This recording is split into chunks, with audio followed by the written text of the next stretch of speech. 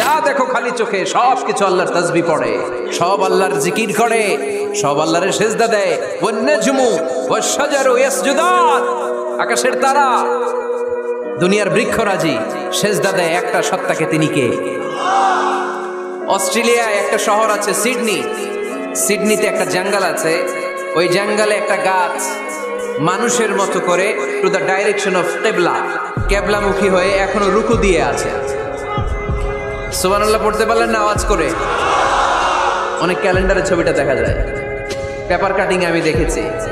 একেবারে মানুষের মতো গাছটা, এটা এমন ভাবে বড় হয়েছে, এটা বড় হয়ে এমন ভাবে বেন্ড করেছে, মাথাটা বাঁকা হয়ে টু দ্য ডাইরেকশন অফ কেবলা, কেবলামুখী হয়ে রুকু করে আছে। অনেক গাছ আছে সেজদা করে আছে। গোটা বিশ্বের যা কিছু দেখা যায় সব কিছু সেজদায় লুটিয়ে পড়ে কার জন্যে? সব কিছু জিকির করে কার? ওই কান আমাদের নাই তাই আমরা শুনি না, ওই চোখ আমাদের নাই তাই আমরা দেখি না, কিন্তু মহাবিশ্বের সবকিছু সেজদা করে কারে? এজন্য আমরাও সেজদা করতে চাই একজনকে। চিল্লায় বলেন তিনি কে? আমরা মসজিদে একটা সেজদা দেব, আবার মাজারে যে আরেকটা দেব। হ্যাঁ, সমস্যা কি? সব জায়গায় দিলাম, মসজিদেও কিছু দিলাম, মাজারেও কিছু দিলাম। কুমিল্লার ভাইয়েরা আওয়াজ করে উত্তর দাও, মুসলমান সেজদায় কোনো ভাগাভাগি চলে? আল্লাহর রাজত্বে কোনো ভাগাভাগি আছে? সেজদা চলবে একজনের জন্য, তিনি কে? কোনো ভণ্ডামির সাথে ইসলামের কোনো সম্পর্ক? ভণ্ডামির সাথে কোরআনের কোনো সম্পর্ক? ভণ্ডদের ভালো হওয়ার সুযোগ এখনো আছে না নাই? আজকের এই লাখো জনতার মাহফিল থেকে আমরা তাদেরকে উদাত্ত আহ্বান জানাই, ভণ্ডামি ছেড়ে দেন, ভালো হয়ে যান। ভালো হইতে পয়সা লাগে না। তো দিল বান্দা কালমা চোর, না পায় শ্মশান না পায় ঘোর, দিন থাকিতে আয়রে পথে ছাইড়া দে ভণ্ডামি, ভণ্ডামি ভণ্ডামি ভণ্ডামি, ছাইড়া দে ভণ্ডামি। ঠিক কিনা? নামাজ কালাম পড়ে না, ইবলিশ শয়তানের নানা। এরকম আছে? নামাজ টামাজ নাই, লাল শালু গায়ে দেয়া, গোসল করে না, মাথার চুল দাড়িতে জট পাকানো, বছরে গোসল করে একবার, বছরের একবারে গোসলের পানি মুরিদরা খাইয়া সব শেষ। এরকম আছে না নাই? এই অপরিচ্ছন্নতার সাথে, এই নোংরামির সাথে, এই মেন্টালি ডিসঅর্ডারের সাথে পরিচ্ছন্ন ইসলামের কোনো সম্পর্ক আছে? নামাজ কালাম পড়ে না, ইবলিশ শয়তানের নানা, ধর্মের একখান খুঁটি ধইরা কয়দিন করবা হয়রানি, ভণ্ডামি ভণ্ডামি ভণ্ডামি, ছাইড়া দে ভণ্ডামি। ঠিক কিনা? দোদেল বান্দা কালমা চোর, না পায় শ্মশান না পায় ঘোর, দিন থাকিতে আয়রে পথে ছাইড়া দে ভণ্ডামি, ভণ্ডামি ভণ্ডামি ভণ্ডামি, ছাইড়া দে ভণ্ডামি। আওয়াজ তুলে বলেন ঠিক কিনা? কোন ভণ্ডামির সাথে আমাদের সম্পর্ক আছে? এই কপালটারে সৃষ্টি করেছে কে? আমার দেহটারে তৈরি করেছে কে? আমার এই কপাল দিয়ে সেজদা পাওয়ার উপযুক্ত একটাই সত্তা, চিল্লায় বলো মুসলমান, তিনি কে? মনে থাকবে? আল্লাহ ছাড়া অন্য জায়গায় সেজদা দিবেন?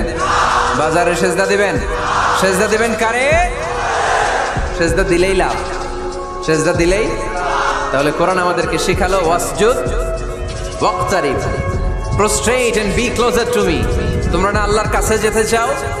তোমরা না আল্লাহর নৈকট্য প্রাপ্ত বান্দা হতে চাও? তোমরা না আল্লাহর কাছের মাহবুব পেয়ারা বান্দা হতে চাও? তাহলে সেজদায় লুটিয়ে পড়ো, সেজদায় লুটিয়ে পড়ো, আল্লাহ তাআলা তোমাদেরকে কাছে টেনে নেবে। আওয়াজ তুলে বলেন ঠিক কিনা? মুসা আলাইহিস সালাম ফেরাউনের সামনে যেয়ে দাঁড়ালেন। ফেরাউনের জাদুকররা বিশাল বড় বড় বাঘ বানালো, সিংহ বানালো, সাপ বানালো। মুসা আলাইহিস সালাম দেখে ভড়কে গেলেন, ভয় পেয়ে গেলেন। আল্লাহ বললেন, মুসা ভয় নাই, তোমার লাঠিটা খালি ফেলো। কি ফেলো? মুসা আলাইহিস সালামকে একটা লাঠি দিছে কে? লাঠি ফেলার সাথে সাথে মুহূর্তের মধ্যে হাইয়াতান তাসআ, বিশাল এক অজগর সাপ। এই বিশাল অজগর সাপ ফেরাউনের জাদুকরদের বানানো সব ভাগ, ভাল্লুক, সিংহ আর সাপগুলো রেখে বিশাল ফানা ধরে আছে। আর সাপ বলতে শুরু করেছে, আর কি আছে নিয়ে আয়। সুবহানাল্লাহ কইতে পারলেন না? এই দৃশ্য দেখার সাথে সাথে ফেরাউনের রাজপ্রাসাদের সামনে যতগুলো জাদুকর ছিল, কোরআন বলে ফাউলকিয়াস সাহারাতু সাজিদিন।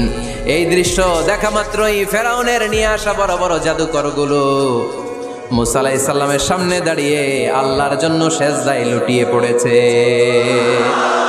ফাউলকিয়াস সাহারাতু সাজিদিন, সেজদায় লুটিয়ে পড়ে ঘোষণা দিল, আমি ফেরাউনরে মানি না, আমি কোন নাস্তিককে মানি না, আমি মুসার রব, হারুনের রব, বনি ইসরাইলের রব, আল্লাহর জন্য সেজদায় লুটিয়ে পড়লাম। চিল্লায় পড়েন আল্লাহু আকবার।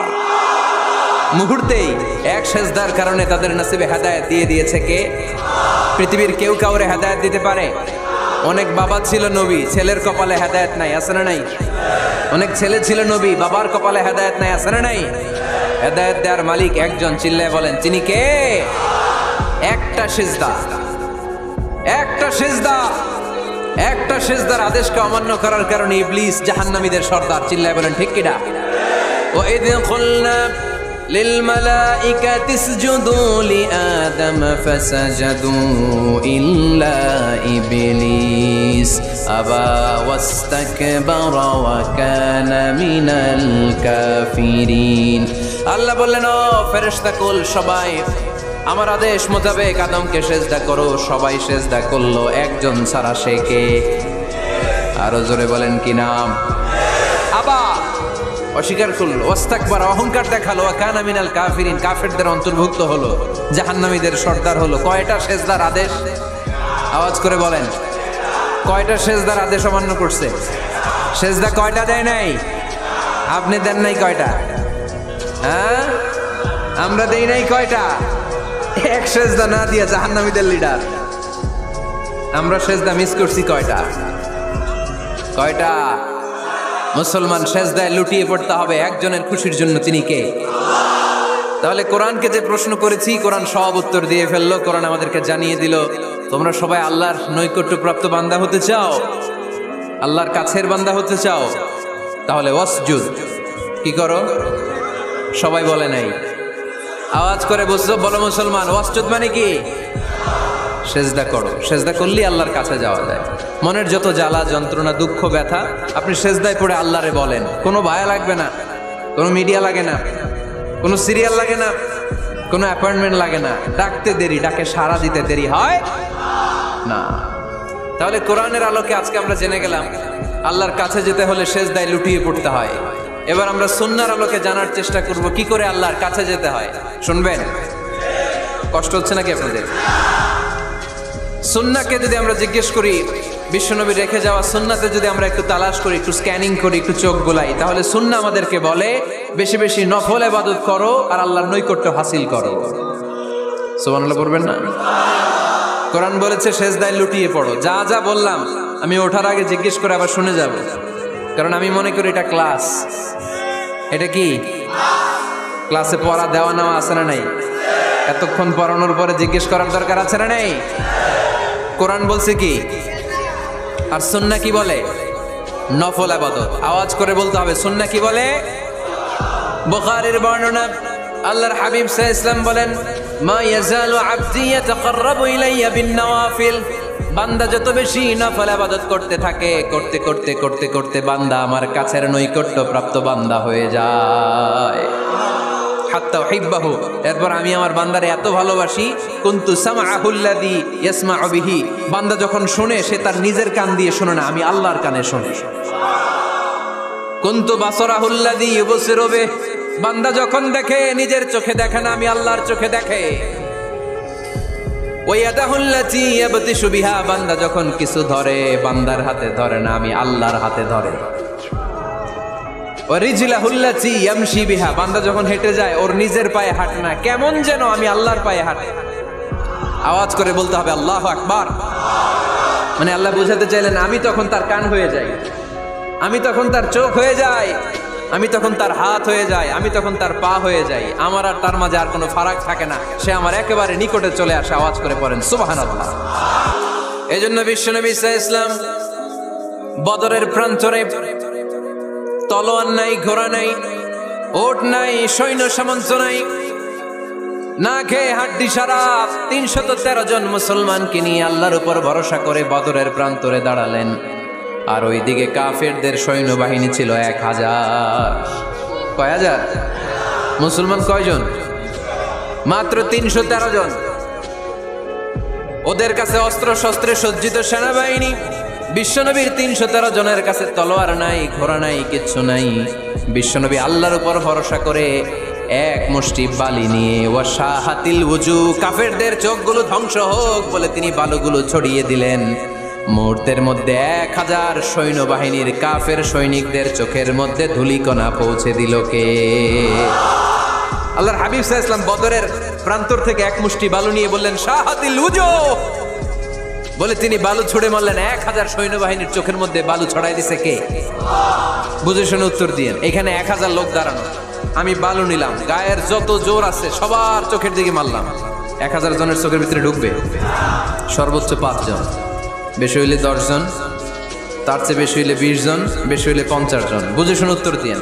আমার মুষ্টিবদ্ধ বালু ছুঁড়ে মারলে 1000 মানুষের চোখের মধ্যে পড়বে? আওয়াজ করে বলেন পড়বে। এজন্য আল্লাহ বলেন নবী ওটা তুমি মারো নাই, ওটা আমি মারছি। সুবহানাল্লাহ নাই? আল্লাহ বিশ্বনবীর এটাকে বলেন ওমা রামাইতা ইয রামাইতা ওয়ালাকিন্নাল্লাহা রামা।